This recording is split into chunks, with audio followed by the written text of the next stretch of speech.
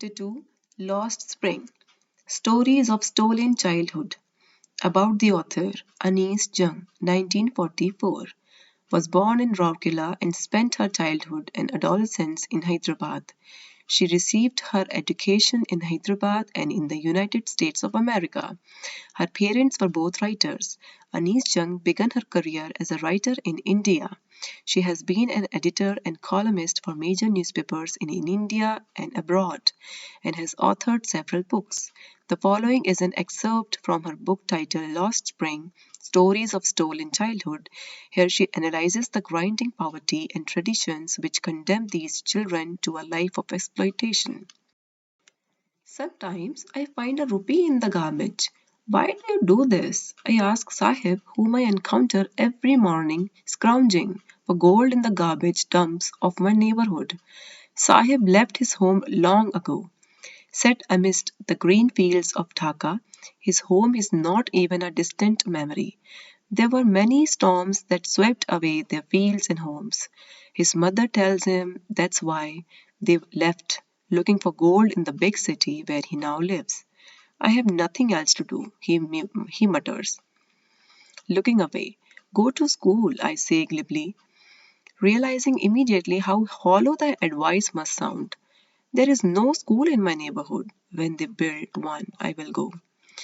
If I start a school, will you come? I ask, half joking. Yes, he says, smiling broadly. A few days later, I see him running up to me. Is your school ready? It takes longer to build a school, I say, embarrassed at having made a promise that was not meant. But promises like mine abound in every corner of this bleak world. After months of knowing him, I ask him his name. Sahib-e-Alam, he announces. He does not know what it means. If he knew its meaning, Lord of the Universe, he would have a hard time believing it. Unaware of what his name represents, he roams the streets with his friends, an army of barefoot boys who appear like the morning birds and disappear at noon. Over the months, I have come to recognize each of them. Why aren't you wearing chappals? I ask one. My mother did not bring them down from the shelf, he answers simply. Even if she did, he will throw them off. Adds another who is wearing shoes that do not match. When I comment on it, he shuffles his feet and says nothing. I want shoes, says a third boy who has never owned a pair of all his life. Traveling across the country, I have seen children walking barefoot in cities on village roads. It is not lack of money, but a tradition to stay barefoot, is one explanation. I wonder if this is only an excuse to explain away a perpetual state of poverty. I remember a story a man from Udupi once told me. As a young boy, he would go to school past an old temple where his father was a priest. He would stop briefly at the temple and pray for a pair of shoes. 30 years later, I visited his town and the temple, which was now drowned in an air of desolation. In the backyard, where lived the new priest, there were red and white plastic chairs. A young boy dressed in a grey uniform, wearing socks and shoes, arrived panting and threw his school bag on a folding bed. Looking at the boy, I remembered the prayer another boy had made to the goddess when he had finally got a pair of shoes. Let me never lose them. The goddess had granted his prayer. Young boys like the son of the priest now wore shoes, but many others like the rag pickers in my neighborhood remained shoeless. My acquaintance with the barefoot rag pickers leads me to Simapuri, a place on the periphery of Delhi, yet miles away from it. Metaphorically, those who live here are squatters who came from Bangladesh back in 1971. Sahib's family is among them. Simapuri was then a wilderness. It still is, but it is no longer empty.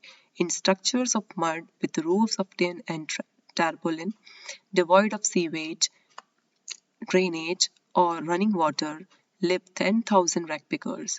They have lived here for more than 30 years without an identity, without permits but with ration cards, that get their names on voter list, enable them to buy grain. Food is more important for survival than an identity. If at the end of the day we can feed our families and go to bed without an aching stomach, we would rather live here than in the fields that gave us no grain. Say a group of women in tattered saris. When I ask them why they left their beautiful land of green fields and rivers, wherever they find food, they pitch their tents that become transit homes. Children grow up in them, becoming partners in survival, and survival in Simapuri means rag picking. Through the years, it has acquired the proportions of a fine art. Garbage to them is gold. It is the daily bread, a roof over their heads. Even if it is a leaking roof, but for a child, it is even more. I sometimes find a rupee, even a 10 rupee note. Sahib says, his eyes lighting up. When you can find a silver coin in a heap of garbage, you don't stop scrounging, for there is a hope of finding more. It seems that for children, garbage has a meaning of different from what it means to their parents. For the children, it is wrapped in wonder. For the elders, it is a means of survival. One winter morning, I see Sahib standing by the fenced gate of the neighborhood club, watching two young men dressed in white playing tennis. I like the game, he hums, content to watch it standing behind the fence. I go inside when no one is around, he admits. The gatekeeper lets me use the swing. Sahib too is wearing tennis shoes that look strange over his discolored shirt and shorts. Someone gave them to me, he says, in the manner of an explanation. The fact that they are discarded shoes of some rich boy who perhaps refused to wear them because of a hole in one of them does not bother him for one who has walked barefoot. Even shoes with a hole is a dream come true. But the game he is watching so intently is out of his reach. This morning, Sahib is on his way to the milk booth. In his hand is a steel canister. I now work in a tea stall down the road, he says. Pointing in the distance, I am paid 800 rupees and all my meals. Does he like the job? I ask. His face, I see, has lost the carefree look. The steel canister seems heavier than the plastic bag he would carry so lightly over his shoulder. The bag was his. The canister belongs to the man who owns the tea shop. Sahib is no longer his own master. I want to drive a car. Mukesh insists on being his own master. I will be a motor mechanic, he announces. Do you know anything about cars? I ask. I will learn to drive a car, he answers, looking straight into my eyes. His dream looms like a mirage amidst the dust of streets that fill his town Firozabad, famous for its bangles. Every other family in Firozabad is engaged in making bangles. It is the center of India's glass blowing industry, where families have spent generations working around furnaces, welding glass, making bangles for all the women in the land, it seems. Mukesh's family is among them. None of them know None of them know that it is illegal for children like him to work in the glass furnaces with high temperatures, in dingy cells, without air and light. That the law, if enforced, could get him and all those 20,000 children out of the hot furnaces, where they slog their daylight hours, often losing the brightness of their eyes. Mukesh's eye beam as he volunteers to take me home, which he proudly says is being rebuilt. We walk down stinking lanes choked with garbage, past homes that remain hovels, with crumbling walls, wobbly doors, no windows, crowded with families of humans and animals coexisting in a primeval state. He stops at the door of one such house, bangs a wobbly iron door with his foot, and pushes it open. We enter a half-built shack. In one part of it, thatched with dead grass, is a firewood stove over which sits a large vessel of sizzling spinach leaves. On the ground, in large aluminium platters, are more chopped vegetables. A frail young woman is cooking the evening meal for the whole family. Through eyes filled with smoke she smiles. She is the wife of Mukesh's elder brother. Not much older in years, she has begun to command respect as the Bahu, the daughter-in-law of the house, already in charge of 3 men, her husband, Mukesh, and their father. When the older man enters, she gently withdraws behind the broken wall and brings her veil closer to her face, as custom demands. Daughters-in-law must veil their faces before male elders. In this case, the elder is an impoverished bangle maker, despite long years of hard labor, first as a tailor, then a bangle maker. He has failed to renovate a house, send his 2 sons to school. All he has managed to do is teach them what he knows, the art of making bangles. It is his karam, his destiny, says Mukesh's grandmother, who has watched her own husband go blind with the dust from polishing the glass of bangles. Can a God-given lineage even be broken, ever be broken? She implies. Born in the caste of bangle makers, they have seen nothing but bangles. In the house, in the yard, in every other house, every other yard, every street in Firozabad, spirals of bangles, sunny gold, paddy green, royal blue, pink, purple, every color of born out of the 7 colors of the rainbow, lie in mounds in unkempt yards, are piled on four-wheeled handcarts, pushed by young men alone along the narrow lanes of the shanty town, and in dark hutments next to lines of flames of flickering oil lamps sit boys and girls with their fathers and mothers welding pieces of colored glass into circles of bangles. Their eyes are more adjusted to the dark than to the light outside. That is why they often end up losing their eyesight before they become adults. Savita, a young girl in a drab pink dress, sits alongside an elderly woman soldering pieces of glass.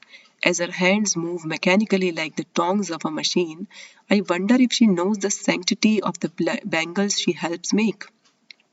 It symbolizes an Indian woman's suhag, auspiciousness in marriage.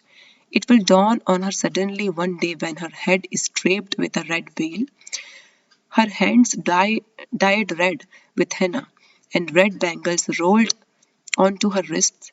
She will then become a bride, like the old woman beside her who became one many years ago. She still has bangles on her wrist, but no light in her eyes. एक वक्त sir बाहर खाना भी नहीं खाया. एक वक्त से बाहर खाना भी नहीं खाया. She says, in a voice drained of joy.